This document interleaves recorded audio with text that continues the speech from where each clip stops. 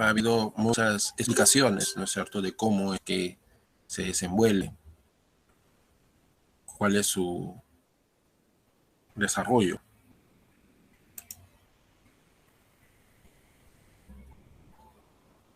Se le conoce entonces como una civilización. Y claro, ¿por qué se le conoce como una civilización? Pues muchachos, hemos visto, ¿no es cierto?, que las civilizaciones tienen una serie de características que nos gusten o no, o sea, sí, independientemente de nosotros, ¿no es cierto?, de una manera científica, verificable, se puede entender cuál es este comportamiento que indica cuando una sociedad llega a un nivel complejo que se le conoce como civilización. Muy bien. Estamos hablando del Tahuantinsuyo. Para algunos, el término imperio incaico no debe ser tomado por el hecho de que es un término europeo occidental. Y eso creo que ya son exageraciones. Porque el término imperio, ¿no?, no tiene un lugar, sino es un concepto. Y un concepto, ¿no es cierto?, no tiene un lugar, sino implica caracterizar, ¿no?, para poder entender cosas más generales, en fin. El concepto de imperio implica que cuando un estado somete a otro. Y nadie podría dudar que los incas sometieron a otros estados, en términos económicos, políticos, culturales. Pero no fue siempre así, ¿no? O sea, los incas primero comenzaron como un pequeño reino, un pequeño estado, ¿no es cierto?, en el Cusco, y luego se expandieron, ¿sí? Pero justamente cuando se expandieron es que este señor llamado Pachacuti, ¿no?, anteriormente Cusi Yupanqui, le va a dar ese nombre, Tahuantinsuyo, el, la, digamos, el de las 4 regiones, se podría decir, ¿no? El poder de las 4 regiones. Muy bien. Bueno, entonces vamos a comenzar a hablar sobre el Tahuantinsuyo. En primer lugar, la ubicación. Inicialmente hemos dicho pues que desde Cusco va a comenzar una expansión que va a permitir algo muy importante, dicho ese paso de recordar, pero que no está aquí en el título, es que es el último horizonte, ¿no? En términos de la periodización de horizontes, los incas desarrollan el horizonte tardío. Volviendo entonces al mapa, Cusco es el escenario donde comienza la expansión de una sociedad, de un estado, que logra tener territorios más allá de lo que ahora es la frontera peruana entre Colombia por el norte hasta Argentina y Chile por el sur. Muy bien, ahí ven entonces los lugares de Colombia, de Chile, de Argentina, ¿no es cierto?, que fueron tomados por los incas. Y a los extremos, ¿no? En los Andes llega las estribaciones andinas hacia la costa y por el otro lado, ¿no?, la selva alta, ¿no es cierto?, que fue dominada por los incas en una parte, ¿no? Estos lugares dominados por los incas de la selva van a llamarle el Antisuyo, hacia el este. Los territorios inicialmente dominados por los incas en la costa le van a llamar Contisuyo, y hacia el norte Chinchaysuyo, ¿no? Chinchaysuyo. Y finalmente hacia el sur, ¿no?, los territorios hacia el sur le van a llamar Collasuyo, porque una de las grandes victorias y avances de los incas fue la dominación de estos que ellos llamaban collas, que somos en esta época son los aymaras. El origen. Pues bueno, los incas van a tener una explicación hecha por ellos mismos, ¿no?, que por supuesto tiene algo de historia, algo de verdad y algo de fantasía. Se le llama esto leyendas. Y dentro de estas leyendas tenemos pues dos. Una que solo está en la obra de Garcilaso, ¿no?, que por eso se considera que fue muy tardía, es decir, no se contaba mucho, no se contó mucho, con lo de Manco Cápac y Mamahoyo. Pero la que sí era narrada por varias personas y recogida a través de las crónicas por los españoles, como por ejemplo la más grande, la más conocida, la suma y narración de los incas de Juan Díaz de Betanzos, es la de los hermanos Sayar. Entonces, la leyenda de los hermanos Sayar era cómo explicaban los incas durante casi todo su tiempo hasta que, bueno, Garcilaso de Vega, pues, comenta la existencia de la leyenda de Manco Cápac y Mamahoyo. Bueno, los hermanos Sayar eran 4 hermanos que salen de Oquedades, de Huecos, del Pacaritampu, y en el camino solo van a llegar, ¿no es cierto?, la familia de Ayar Manco, ¿no?, que la tradición de Garcilaso le llama Manco Cápac. Bueno, en lo histórico, el lugar desde donde vinieron, porque así menciona la leyenda, ¿no?, que vinieron, no eran los incas del Cusco, y llegaron, pues, de el antiguo territorio de Tiahuanaco, que, como se sabe, los aymaras van a invaden a los tiahuanacos, los aymaras. Y ellos traen, pues, toda una tradición cultural, incluso un idioma parecido al aymara llamado Puquina, ¿no? E incluso el nombre de ellos mismos. Entonces, los incas consideraban que la nobleza inca, las élites, las clases dominantes, habían surgido de un origen extranjero, de fuera del Cusco, mientras que el pueblo sí había surgido de el mismo Cusco, los llamados ayarmacas. Bueno, en estos primeros momentos se dice entonces que la nobleza sacerdotal tiahuanaco, va a huir y en el Cusco va a fundar un nuevo estado. Un nuevo estado que también es, digamos, con un poder teocrático. Un poder teocrático que se le conoce como la dinastía Urin-Cusco, ¿no? La de los grandes gobernantes teocráticos, ¿no? Urin-Cusco. Pero luego fueron ascendiendo los militares. En la época de Inca Roca, los incas van a tener el control los guerreros. En los incas va a haber entonces una dinastía llamada de Anan Cusco, ¿no?, que va a estar en poder de los militares. Entonces, los primeros gobernantes se les va a llamar Urin Cusco, Bajo Cusco, y los siguientes gobernantes militares, aparte de Inca Roca, los Anan Cusco. Los militares van a gobernar, pero las guerras de los incas son gigantes.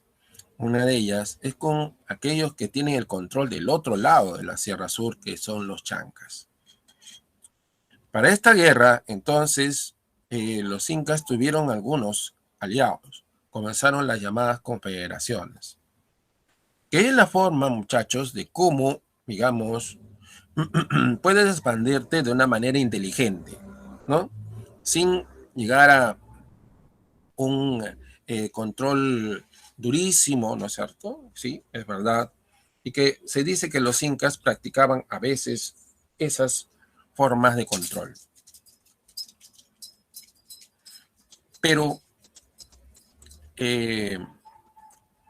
los incas van a tener esas formas de control, pero por una razón. Ahora vamos a ver cuál es.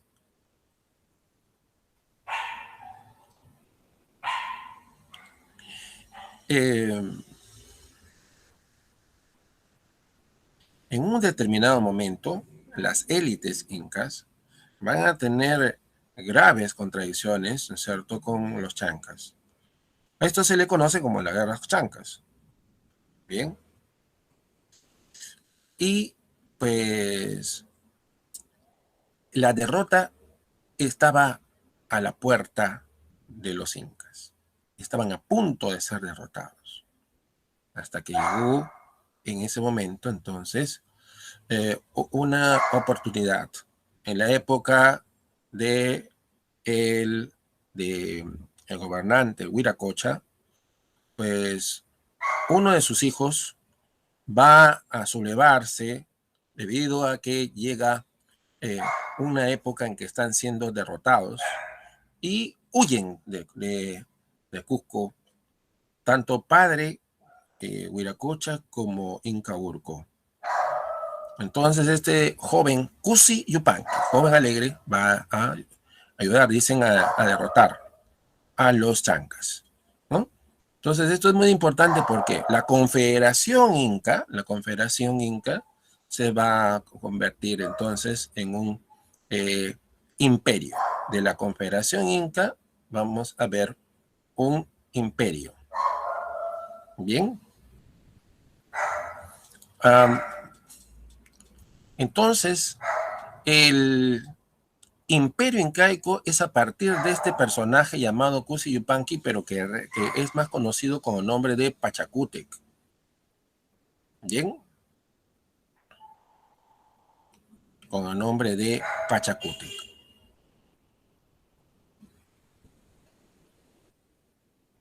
A ver. A partir de Pachacútec, entonces, es la etapa llamada histórica imperial de los incas con Pachacútec. Pachacútec, ¿no? Anteriormente llamado Cusi Yupanqui, se le llama así porque supuestamente genera un nuevo orden, un nuevo gobierno, una administración más poderosa, ¿no? Desarrolla una compleja serie de construcciones para Cusco que lo dan la forma de una ciudad, ¿no es cierto?, de el Poma, ¿no? El Puma, ¿no? Un puma saltando. Lo más importante de esas construcciones es el caso de, pues, Coricancha. Pero también en la época de Pachacútec, para albergar a su familia, que luego fue numerosa, ¿no es cierto?, hijos, nietos, etcétera, fue en la construcción de Machu Picchu. Machu Picchu fue construido durante la época de Pachacútec, no te olvides. Machu Picchu y Coricancha fueron construidos en la época de Pachacútec. Bueno, Pachacútec, luego su hijo Tupac Inca Yupanqui o Tupac Yupanqui va a heredar y pues como el siguiente Inca va a lograr la mayor cantidad de conquistas territoriales en el Imperio Incaico. La mayor cantidad de conquistas territoriales en el Imperio Incaico. Bien, y pues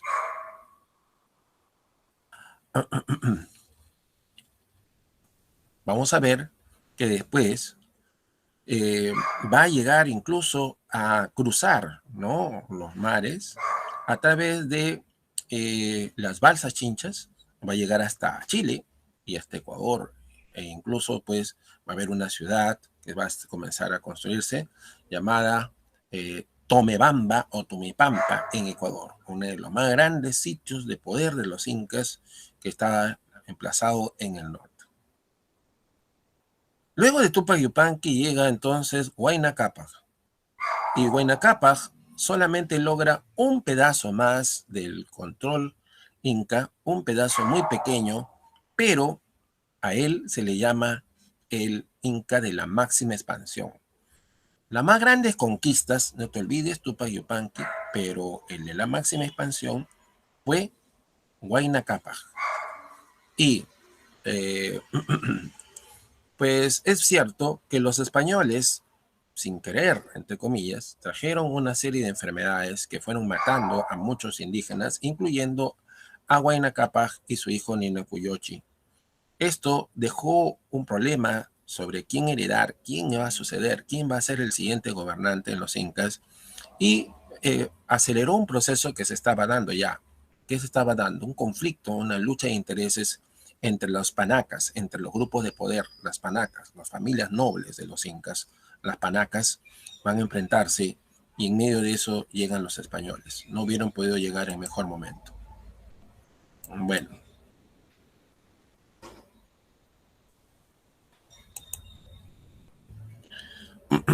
Entonces, ya hemos hablado de estas cosas y vamos a ver aquí la organización económica. Bueno, uno de los aspectos tal vez más importantes y aportes de los incas fue justamente el lograr una diversidad de producción a gran escala en el sentido de la producción agrícola. El Estado inca era predominantemente agrícola. Y claro, esto fue fortalecido debido a una síntesis. Recuerden, muchachos, que implicaba la síntesis, ¿no?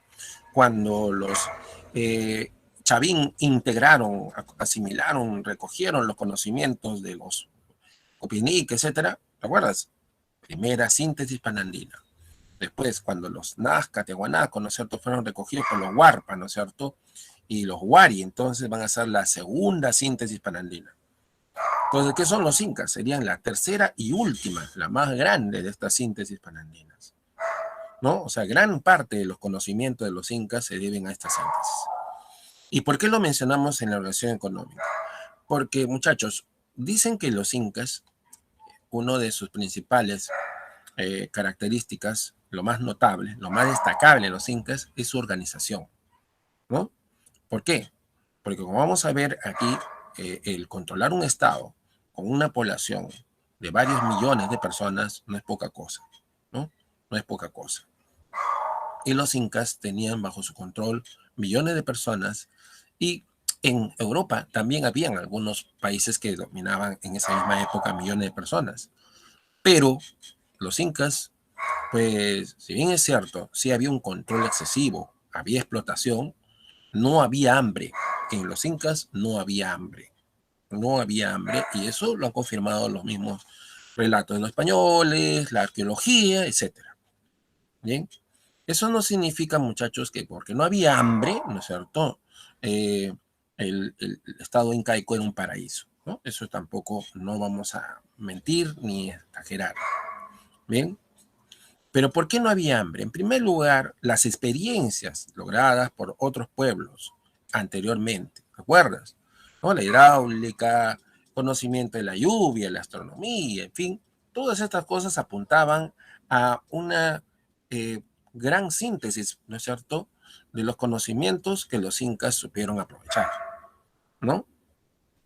O sea, en vez de destrozar o pues eliminar, dejar de lado los aportes de los pueblos anteriores, los incas supieron resumirlos, supieron integrarlos, ¿no? Y eso el resultado es por eso que tuvieron pues un gran nivel de producción debido a que usan, ¿no es cierto?, todos los recursos económicos, productivos, humanos, ¿no es cierto?, para lograr una gran acumulación, ¿no? Es decir, una gran producción. ¿Cuáles son estas cosas? Primero, en el aspecto humano va a haber lo que se conoce como el principio de reciprocidad, ¿no? Bueno, esto podría ser visto como una versión muy positiva. La cooperación mutua dentro de los ayllus, ¿no?, es parte de la reciprocidad, pero la verdad es que no todo era color de rosa.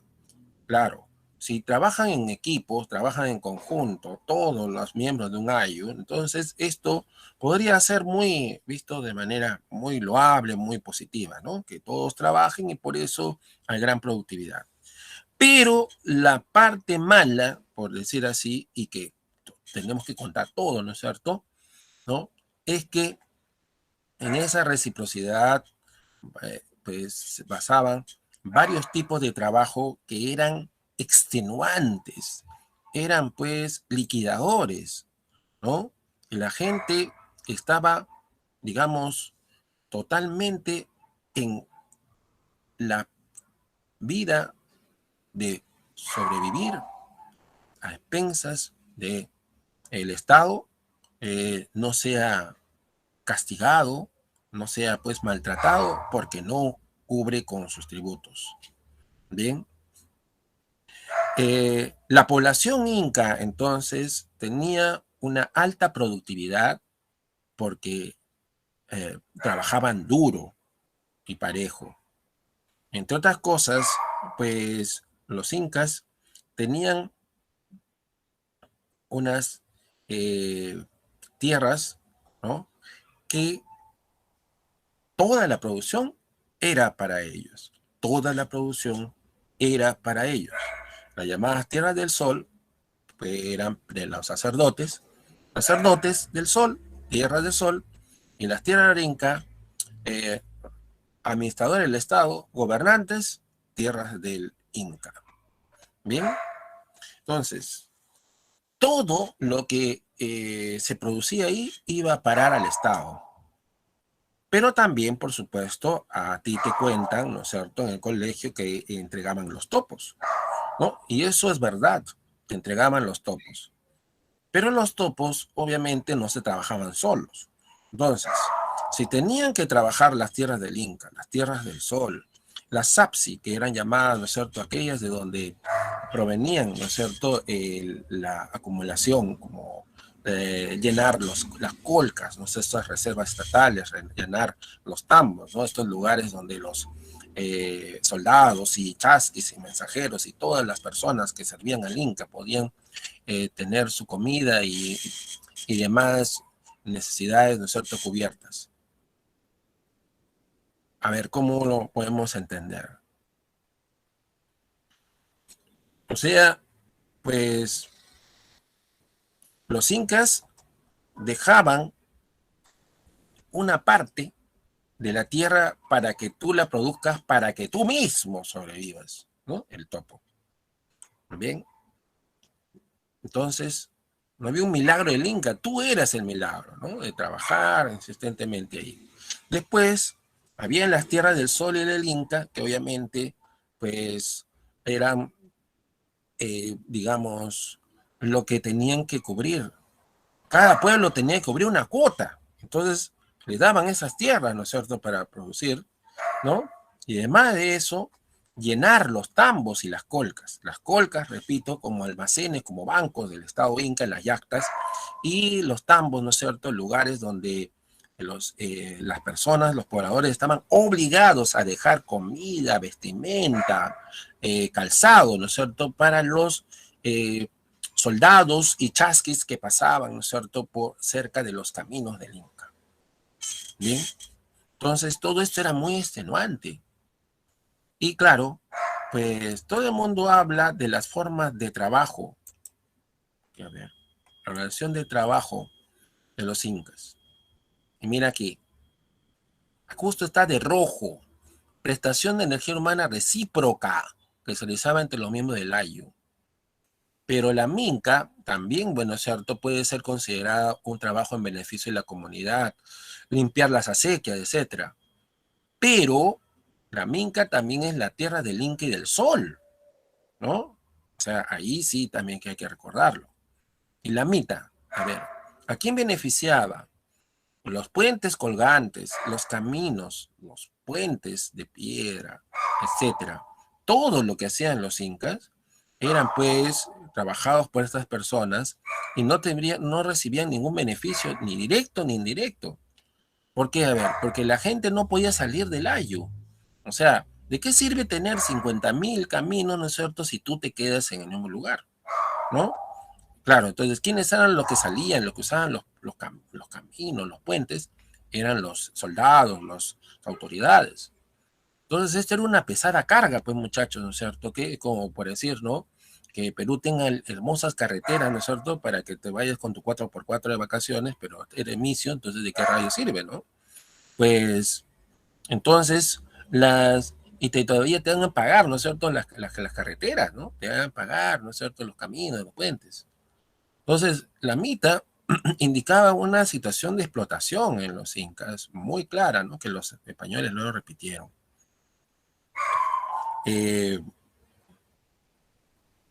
Profe, una pregunta. Sí.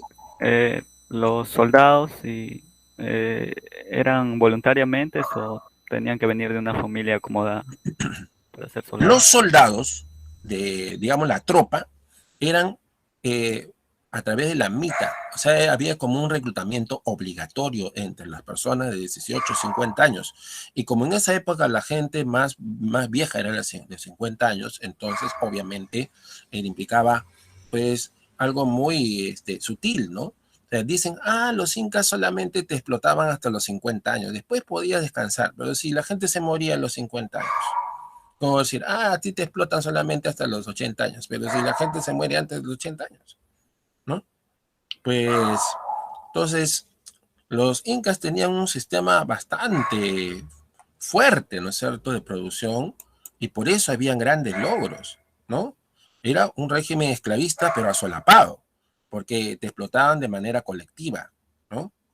Eso es lo que dicen, pues, ¿no es cierto?, los científicos sociales, ¿no?, con respecto a los incas, un sistema esclavista solapado, ¿no?, llamado esclavismo masificado, donde parece, ¿no es cierto?, por las formas de trabajo colectivo, ¿no?, que eh, pues no hay explotación, pero recuerda, si tú trabajas en grupo o trabajas en individuo, pero la cosecha, el beneficio es para otro, entonces es un régimen de explotación.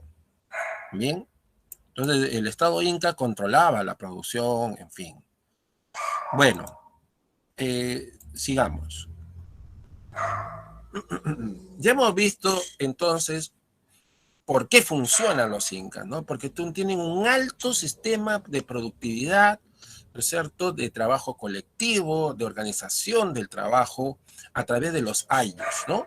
Con reuniones, llamadas, pues, ¿no es cierto?, ¿no? Los camachik, los ayllus están bien organizados para producir, son una máquina, ¿no es cierto?, de producción controlada por el Estado. Pero también hay otras cosas, ¿no es cierto? Ellos han recogido las experiencias de los pueblos anteriores. Los huachaques, ¿te acuerdas de los chimús, las chacras hundidas? Los camindones, los oruaros, ¿no es cierto? ¿Te acuerdas de los tehuanacos, de los aymaras? ¿No? Estos lugares donde se producía en la agricultura de lugares de altura, ¿no? De la puna, ¿no? Y los andenes que los aprendieron de los huancas, ¿no? Perdón, de los chancas, ¿no? Recuerda pues que los incas derrotaron a los chancas. Y cuando llegaron, ¿no es cierto?, a la zona de ahora Vilcahuamán, en fin, ellos vieron, ¿no es cierto?, los andenes que ya desde los huarpas se hacían y los imitaron y los llevaron a distintas partes del Perú, ¿no? Los incas divulgaron esto porque era una forma espectacular y muy ingeniosa de hacer riego por filtración. ¿Por qué riego por filtración? Si tú ves, cada una de esas escaleras está en una pendiente. Entonces, el agua, ¿no?, que se va juntando, pues va bajando, digamos, escalón por escalón, hasta cierto punto. Porque hay que recordar, ¿no es cierto?, que eh, el agua va a trasladar nutrientes, pero luego pues se van a ir agotando esos nutrientes, ¿no? O sea, el agua sola no genera, pues, ¿no es cierto?, productividad en la tierra. Entonces, lo que hacen ellos es como una especie de grandes, pues, muros, ¿no? De eh, de 20 centímetros, 30 centímetros, ¿no? Y pues abajo ponen cascajo, o sea, piedras pequeñas para que filtre el agua, ¿no?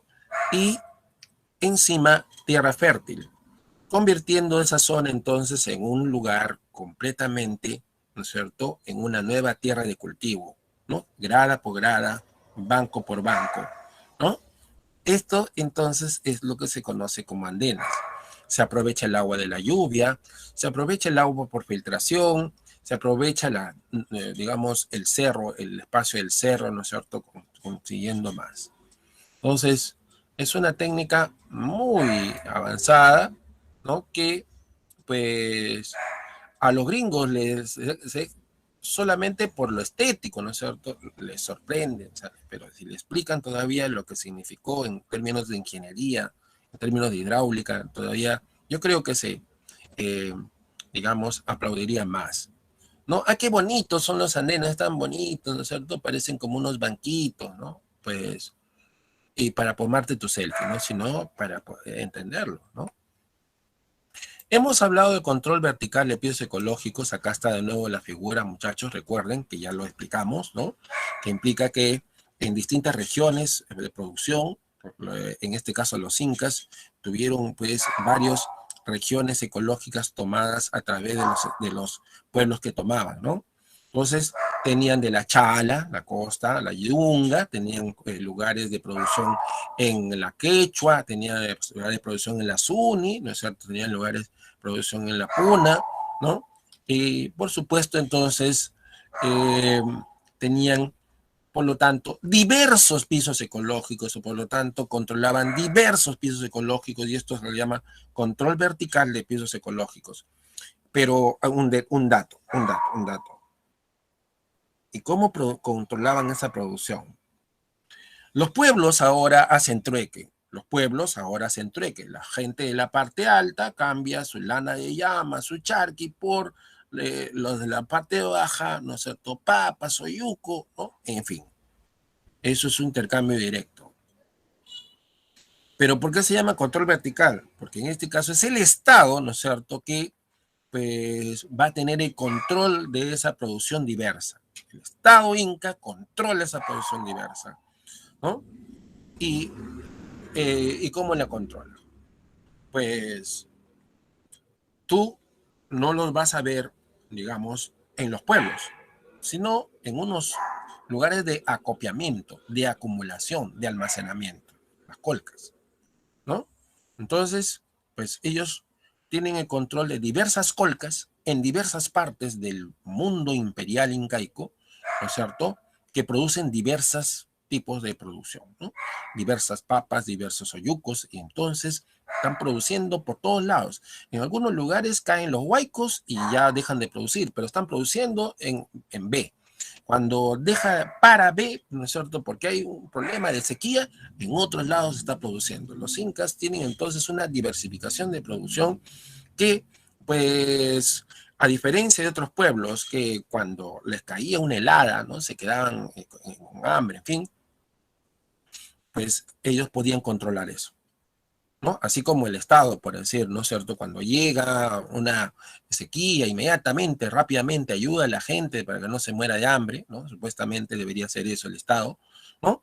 Pues el Estado inca entonces llevaba, claro, pues tú dirás qué buena gente, ¿no? Pero se llevaba lo que tributaban otros, ¿no es cierto?, otros pueblos, y para que no se mueran de hambre, porque el muerto no produce, pues, ¿no es cierto?, y mucho menos tributa, ¿no crees?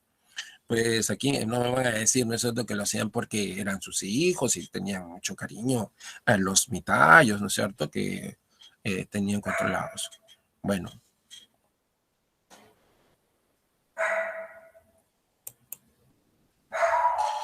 La organización política de los incas.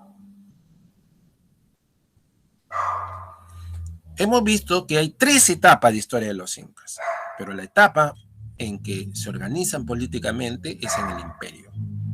A partir del imperio, el Cápaj, poderoso Apu en Aymara, pues se convierte en el Sapa Inca, el único, el glorioso, el más importante en quechua, ¿no?, como alguien muy especial, Sapa Inca.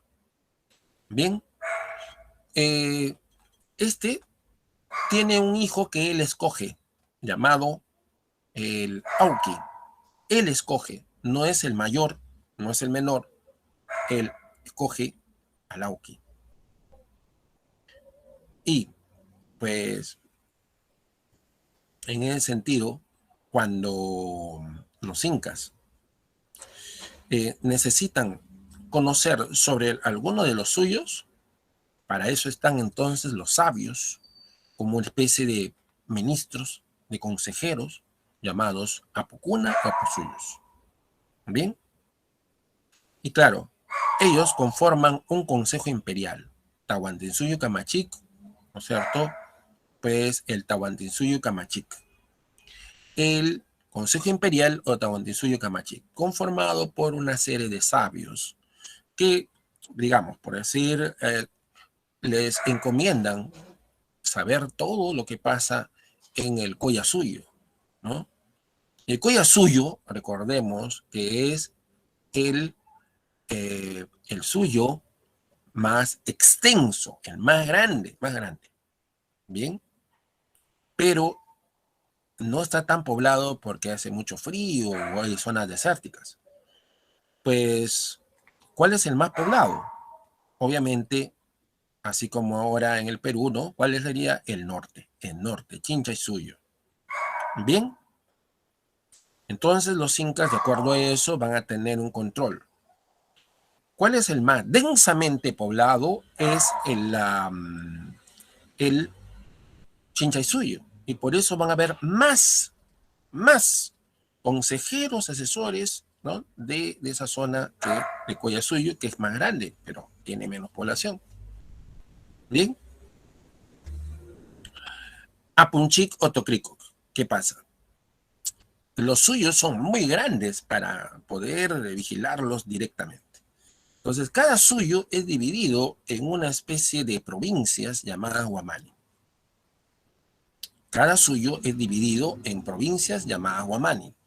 Y las autoridades de estas provincias se le llama Apunchic o Tocricoc. Apunchic o Tocricoc. ¿Por qué hay dos nombres? Pues, de acuerdo a las crónicas, algunos dicen que era llamado Apunchic, otros dicen que se llamaba Tocricoc. Bueno, por último, las provincias, ¿no? Aquí, cuidado con este orden, cuidado con este orden. Las provincias también estaban subdivididas en barrios grandes, ¿no es cierto?, en varios ayllus dominados por el curaca.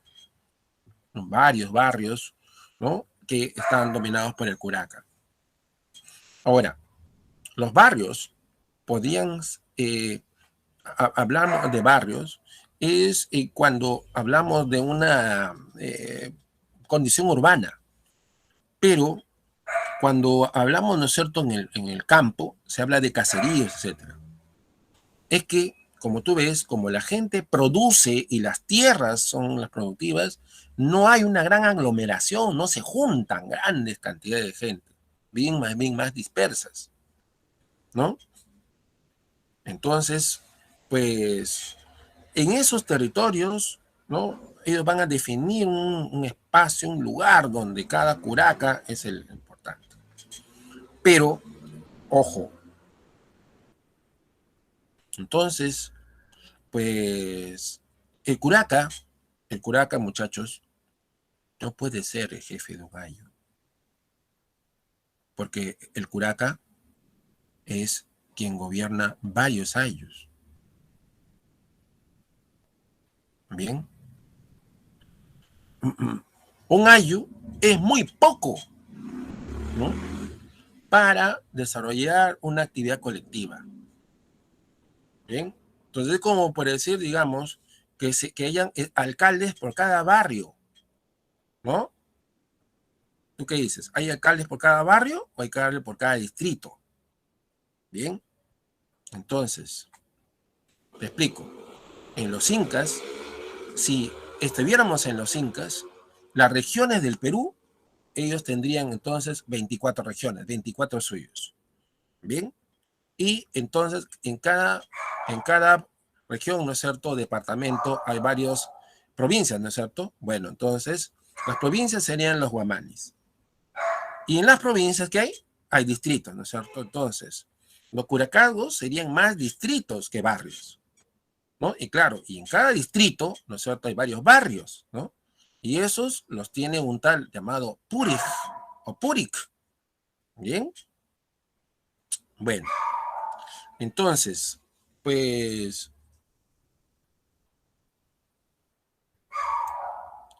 ¿y quién es el Tucuриcuy?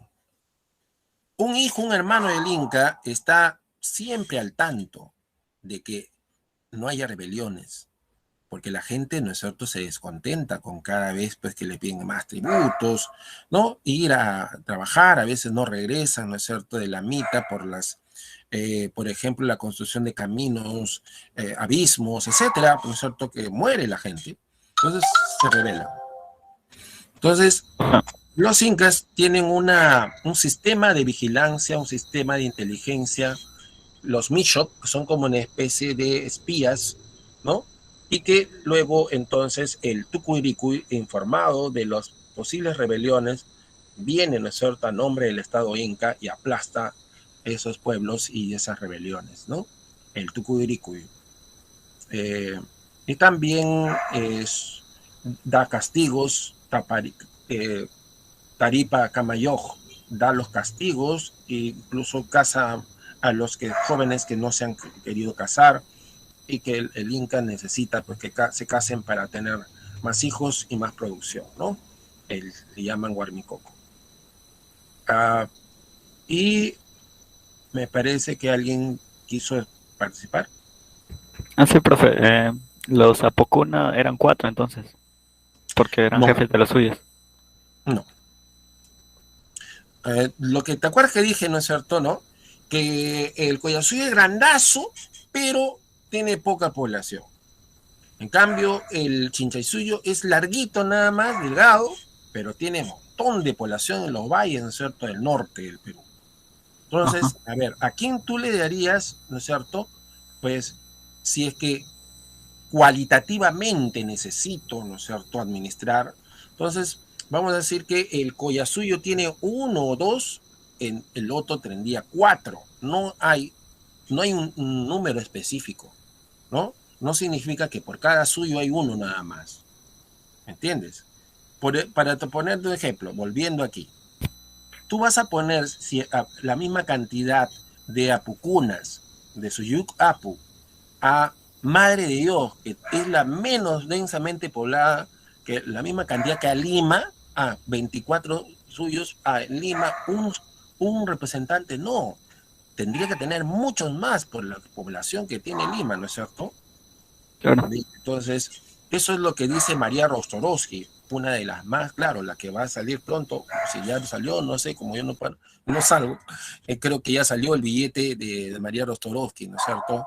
Una de las pocas mujeres que ha salido, ¿no? Junto con Chabuca Granda, creo que es el billete de, puede ser de 100 soles, no, el de 100 soles es de Pedro Paulet, ¿no? Bueno, María Rostorowski, una gran historiadora, ¿no? de origen extranjero, pero que tenía mucho interés por el Perú, y más que todo el Perú incaico. Bueno, la organización social. Sobre los incas se ha dicho mucho, ¿no? Y es importantísimo saber estas dos cosas, lo social y lo cultural, muchachos. ¿Sabes por qué?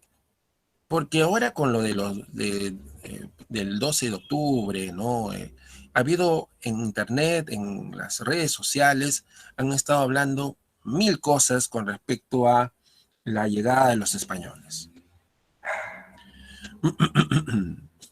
Se quiere decir que los españoles llegaron a liberar, ¿no?, de estos pueblos sanguinarios con sacrificios humanos, etcétera, etcétera, ¿no?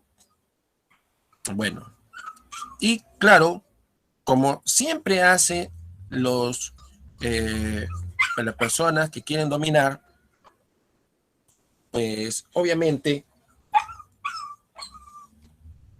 van a decir medias verdades, muchachos, ¿no? De esa manera entonces se puede justificar algunas cosas, ¿no?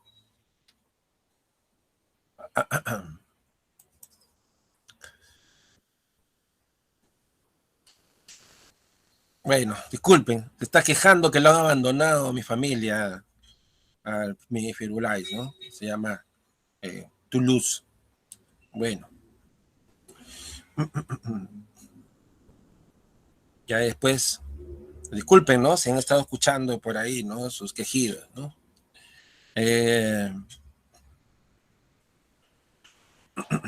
Lo tenía aquí a mi costado, pero ya después pues parece que no le gusta la historia. Bueno, entonces decía que eh, en, hay toda una versión, ¿no es cierto?, sobre los incas que te puede hacer entender mucho estas partes que vamos a ver, ¿no? Lo social. Efectivamente, el Estado Inca era un agresor, invadía, ¿no? Pero muchachos, ninguna invasión justifica otra. Es decir, ¿no?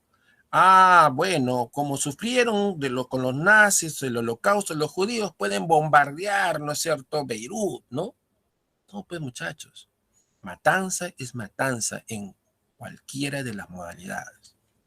Ah, porque sufrían, ¿no es cierto? Pues los españoles sufrieron con los romanos. Ah, entonces hay que aceptar, ¿no es cierto?, que lleguen y invaden. Los españoles fueron invadidos por los romanos, nadie lo duda. Pero ¿y eso va a justificar alguna invasión? Ah, o que los incas eran invasores, ¿no? Y por eso, pues vamos a justificar otra invasión. No, pues alguien que tiene un dedo, ¿no?, de criterio, obviamente, que sabe lo que es valorar los derechos humanos, ¿no? Obviamente, respetar, ¿no?, a las personas, pues no podría aceptar ninguna justificación. Pero sí tenemos que aceptar el hecho de que pasó, sí pasó, ¿bien? Eso sí tenemos que aceptarlo, no podemos reescribir la historia en el pasado. Lo que podemos hacer es entender mejor la historia, reescribir la historia, pero para entender lo que pasó, no hacer otra historia. Bien, entonces, en ese sentido, gracias a Garcilaso de la Vega, recuerda, te cuento, si no lo recuerdas, si no lo sabías, te cuento. Garcilaso de la Vega era nieto de Huayna Cápac, ¿bien? Su mamá era de la gente de las panacas. ¿Y qué son las panacas? Pues ahora te vas a entender. Las panacas son las familias de los gobernantes incas, la familia de la realeza inca. Entonces tú no le vas a pedir a Garcilaso que hable mal de sus abuelos, pues, ¿no? Que diga que fue un sanguinario invasor, ¿no? Como pedirle, no sé, a la hija, a la nieta de Fujimori, no sé, que mi abuelo fue un genocida, ¿no? Entonces lo que va a hacer es va a tratar de defender la historia de sus abuelos, ¿no? Y del lado de su papá, el invasor también. Tiene 2 libros, lo ha visto en literatura, Historia General del Perú y Los Comentarios Reales, ¿no? Pero entonces, ¿cómo vamos a querer hacer historia con solo esa fuente? ¿No? Los relatos de Garcilaso, que sirven, ¿no es cierto?, para sacar el pecho, decir, uy, ¿no es cierto?, los incas había una gran civilización, indudablemente, pero tampoco vamos a negar la otra parte, ¿no? Y aquí la vamos a ver, como hemos dicho. Pues en los incas había una sociedad privilegiada, ¿no? Que, pues, vamos a ver que en este caso tenemos a un grupo llamado la nobleza de sangre, ¿no?, que fueron los conquistadores cusqueños que ganaron las guerras, ¿no? Y sus familias de la alta nobleza, conocidas como panacas, entonces eran de cada uno de los incas, o sea, cada uno, ¿no? De todos los incas que tú conoces, de Pachacútec había una panaca, de Tupayupanqui había una panaca, de Huayna Cápac había una panaca. Por ejemplo, la panaca de Pachacútec se llamaba Hatungayu, la panaca de Tupayupanqui se llamaba Cápac Ayu, ¿no? Entonces, pues, ¿qué pasaba? Cuando Pachacútec gobernaba, su panaca gobernaba. Moría Pachacútec y entraba a gobernar Tupac Yupanqui y su panaca va a gobernar. Entonces, así como en los partidos, ¿no es cierto?, bien parecido. Cuando partido A pues gana las elecciones, entra con su gente y desplaza a los anteriores. Pero ellos tienen algunas propiedades, ¿no es cierto?, que los mantienen, porque en los incas, ojo a esto, ojo, atención a esto, los incas, Pachacútec no le heredó ni un pedacito de tierra a Tupac Yupanqui. Le dijo, hijo, tú a partir que seas inca, tú vas a conquistar lo que quieres heredarle a tu familia. Y así fue. No le voy a quitar a mi familia lo que te toca a ti. Y así fue. O sea que Tupac Yupanqui le hizo caso a su padre y conquistó bastante, ¿no es cierto?, para su familia, que era numerosa. Te cuento que se considera que Tupac Yupanqui tenía por lo menos 300 hijos legítimos. 300 hijos legítimos, ¿no? Es decir, ¿y por qué legítimos, muchachos? Porque los incas solo consideraban esposas a sus hermanas. Uy, eran, ¿cómo se llama? Incesto, profesor, incesto. No, no, no, cuidado. Le llamaban hermanas a todos los que eran de pitucas como ellos, o sea, de la nobleza. ¿No? Como por decir, ¿no es cierto?, que tú, digamos, si eres una persona de San Isidro, ¿no?, le llames hermanos solo a las mujeres de tu grupo social. ¿Bien? No es que le llamas hermanos a los que nacieron de padre y madre. Cuidado, ¿no? Eso es una cosa que los españoles tergiversaron o entendieron mal.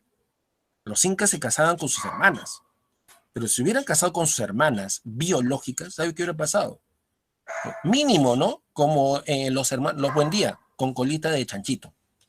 Es decir, malformaciones congénitas por doquier, como los reyes de España, ¿no? Que algunos nacen locos, etcétera, por malformaciones congénitas. Bien.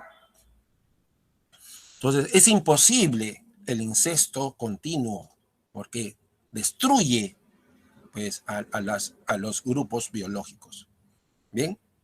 Entonces, por eso, lo que estamos hablando es las hermanas, es estos grupos familiares, ¿no es cierto?, de la realeza. Lo que quería decir era, solo se casan entre pitucos, entre los privilegiados, nada más. No hay ascenso social.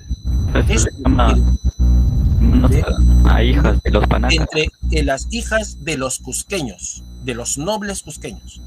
Si, por ejemplo, ¿no?, una hija de un curaca, chachapoyas, un curaca chincha, ¿no?, es entregada para hacer las paces, ¿no es cierto? Porque en esa época era así, ¿no? Entregaban a las hijas como un trofeo, como para calmar los enfrentamientos. No era considerada esposa. Y los hijos de ella no eran considerados hijos del sol, Intip Churin, sino en un menor rango. Por ejemplo, ¿no?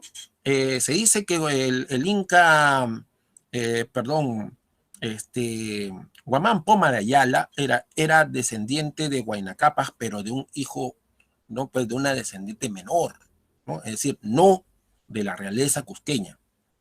Bien. Bueno, entonces, ¿por qué es el problema? ¿No? Porque esto va a ser como un Game of Thrones. ¿Por qué? Porque van a haber familias que se van a estar disputando el poder, ¿no? ¿Por qué? O sea, imagínate pues que están gobernando todos los Pachacutecs y muere Pachacútec y vienen a gobernar todos los Tupac Yupanquis. Muere Tupac Yupanqui y todos los Tupac Yupanquis salen del poder y tienen que entrar los Huayna Capacs. ¿Ves? Entonces, eso va a generar graves contradicciones, ¿no? Y van a estar, ¿no es cierto?, intentando de cambiar las formas, las tradiciones, o hacer intrigas, etcétera, etcétera. Y en medio de eso llegaron los españoles. Bueno, entonces, la nobleza, ¿no? O sea, Por lo tanto, y no había una esposa real o algo así, tipo rey, sí, reina. la esposa principal se llamaba Coya, y las otras esposas que escogía el Inca del Ayahuasi, de las nobles mujeres, de las ñustas, ¿no? Escogía entonces, pues las que escogía se convertían en payas. Y la máxima, la más importante, que él escogía, se le llamaba Coya. Coya, esposa principal, y esposas secundarias, payas. El resto son solamente concubinas, es decir, no tienen legitimidad. según el Estado Inca, según sus costumbres. Y por lo tanto sus hijos no pueden ser y ni siquiera candidatos a ser escogidos como nobles antes. Por eso esa pachotada, ¿no es cierto?, de los ecuatorianos que dicen que el señor Atahualpa era hijo de una quiteña, y es imposible, porque él si no, ni siquiera hubiera podido intentar llegar a ser el Zapan Inca. Bien, pero profesor, pero entonces, ¿qué pasó? Lo que pasó es que él nació en Ecuador, una cosa muy distinta, pero de madre cusqueña. Entonces, biológicamente, él es cusqueño. Los incas consideraban eso. Nazcas en Marte o nazcas en Japón o en Bulgaria, si naces de cusqueño, eres cusqueño. ¿Bien? Entonces, eso es lo que hace entender mejor cómo se comienza esta pelea, ¿no es cierto?, entre los hermanos. Bueno, la otra nobleza es fácil, son los vencidos. Los vencidos no los matan, no los eliminan totalmente, sino que los ponen a su servicio, ¿no? O sea, para que exploten a su propio pueblo. Se llama curacas. Los españoles mantuvieron estas formas, ¿no? Es decir, altos nobles que explotan a su propio pueblo, pero con el nombre de caciques. Bien. Y luego tenemos a la población sometida. Todos los que viven en el imperio se le llama Hatunrunas. Y algunos de estos rebeldes son sometidos a una servidumbre, ¿no?, entregados a las familias del poder incaico. Las agyas son dos tipos. Las mujeres del agyahuasi principal del Cusco. Ojo, ¿no? Según la tradición, las ñustas se les prepara, ¿no? Se les prepara para ser esposas del Inca en este templo del sol, pero el Inca pues va a escoger a sus esposas y entonces las que no quedan se quedan a servir al sol, ¿no? Como si fueran monjas, ¿no es cierto? O sea, en otras palabras, imagínate, ¿no? Como si ahorita, si el gobernante no te escoge como esposa, tienes que ser, en este caso, las mujeres de la nobleza, servir al sol, pues, si te quedas soltera, ¿no? Este grupo entonces de mujeres se le llaman agyas, pero también a otro grupo de mujeres llamadas agyas, porque el término en quechua es escogida, que son las mujeres que se les lleva a tejer y coser cosas para el Estado Inca, ¿no? Y que por supuesto toda su producción, casi una esclavitud casi perfecta, en los talleres llamados agyahuasis. Entonces no hay que confundir el ayahuasca de Cusco con los ayahuascas, que son centros de explotación, más o menos como los que tiene en la India Beyoncé, ¿no? Más o menos, ¿no? Recontra hipócrita, dice que es feminista, pero tiene a cientos de trabajadoras, ¿no es cierto?, tercerizadas, ¿no? Así más o menos, entonces. Las agyas. Mitmas. Los mitimaes son personas de dos tipos también. Hay unos que son cusqueños que van a enseñar el idioma, la religión a los pueblos sometidos como colonos, y otros que son desterrados, los botan, ¿no? Pues los colonos son los que reciben buenas tierras, etcétera. A los otros los botan de su lugar, los sacan si son, digamos, pues, chachapoyas, los sacan de la zona, ¿no?, de ahora es Amazonas, y los hacen vivir en Huancavelica, etcétera. Una tortura, un castigo, un pueblo, ¿no es cierto?, es desterrado, ¿no? Pues los mitimaes. Y ojo, esos pueblos van a ser importantes. ¿Saben por qué, muchachos? Porque los Mi'kmaq, como dice el famoso historiador Valdemar Espinosa, fue la fuerza social más importante para derrotar a los incas que usaron los españoles, ¿no?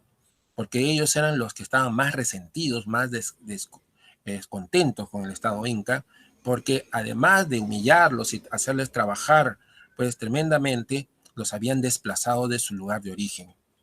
Bien. Bueno, entonces, y por último, ¿no es cierto?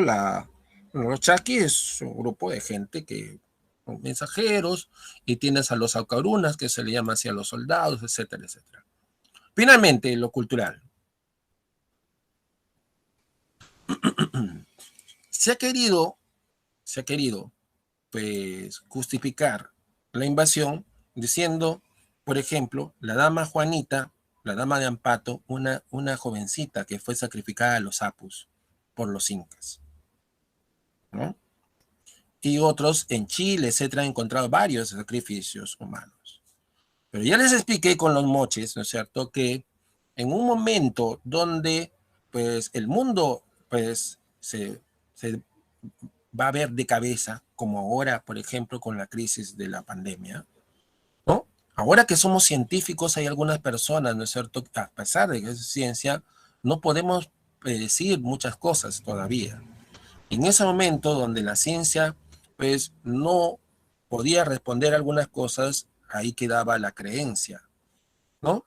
Y eso también ha sido en Europa, con las pestes y con los conflictos que hubo por allí, ¿no? Pues entonces, el sacrificio humano, si bien es cierto, puede ser visto como algo muy grotesco, es eh, una forma de calmar a los dioses para los castigos que está dando, entre comillas, que son estas cosas. Bien, y pues los españoles tenían costumbres muy bravas, ¿no es cierto?, que sería largo de explicar, que no eran para nada, ¿no es cierto?, solamente civilización y progreso. Llega entonces, para terminar, en la cultura incaica, pues, ¿qué cosas son las huacas? Mucha gente cree que son lugares. No, las huacas son las divinidades. Y ojo, mírame a mí. Las huacas son divinidades, o sea, son dioses, ¿no? Y los principales, arriba.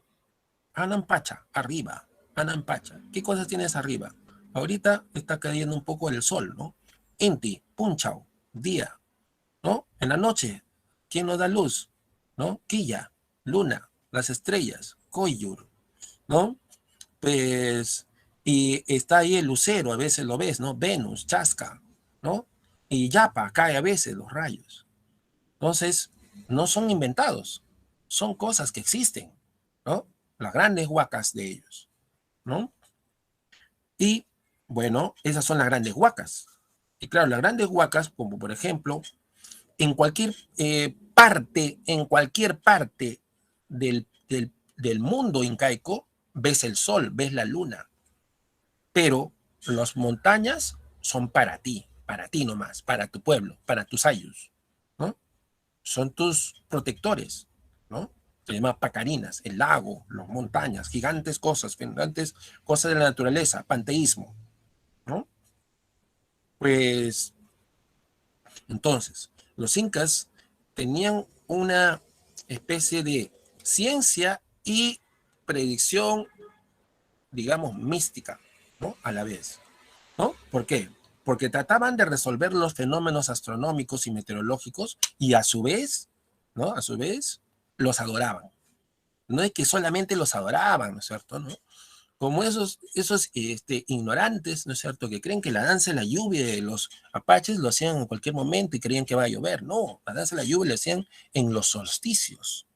Así como los incas, ¿no es cierto?, hacen su danza de la lluvia, por decir así, en el Inti Raymi, que es el solsticio, ¿no? Entonces, pues, aquellos que dicen, pues, que eran totalmente salvajes, ¿no es cierto?, solo para justificar, ¿no?, una invasión sobre otra, pues están equivocados.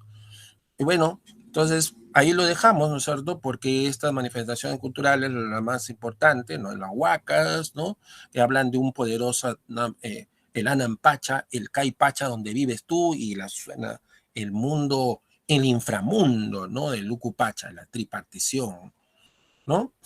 Y en la arquitectura, el urbanismo inca. Pues donde todos los dispersos en los pueblos iban a tributar en una yacta, en un centro administrativo inca llamado yacta. Pero el Cusco era la ciudad por excelencia, ¿no es cierto?, que tenía como barrios, ¿no? El gran barrio, ¿no? El gran barrio del Puma, y estaba La Perdiz, por ejemplo, Pisaj o Ollantaytambo, ¿no es cierto? Que todos tenían grandes construcciones con estas características que tú ya sabes, ¿no? Esto de la piedra bien perfectamente pulida y todo eso, ¿no? La cerámica Urpu o Aríbalo. Aríbalo, griego. Urpu, nombre original de la cerámica inca. El quero, recuerda, de madera. Y pues solo entonces nos falta decir que los incas entonces sí fueron sin duda alguna una civilización, pero también eran invasores. Pero eso no justifica, ¿no es cierto?, que hayan venido a invadir los españoles. Bueno, muchachos, cuídense mucho, gracias, y aquí lo dejamos.